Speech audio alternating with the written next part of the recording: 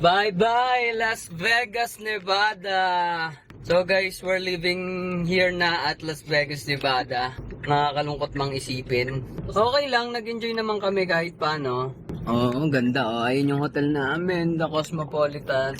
So ngayon guys, straight ahead to Utah kami guys dahil kami ay hiking! So kami ay survival mode ngayon at mag-hiking kami. Gusto namin yung medyo challenging.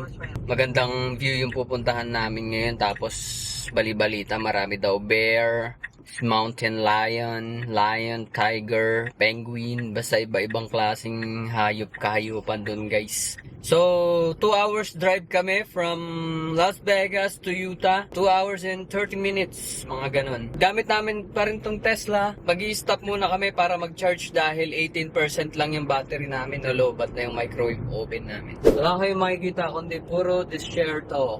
Tignan nyo guys. Wow! Alarm. Grabe yung mga structure ng mga bato. Ganda. Ano to? Hinati ba nila to? Man-made ba to? Ano? Grabe. Isipin ko kung hinati nila yan. Feeling ko yan?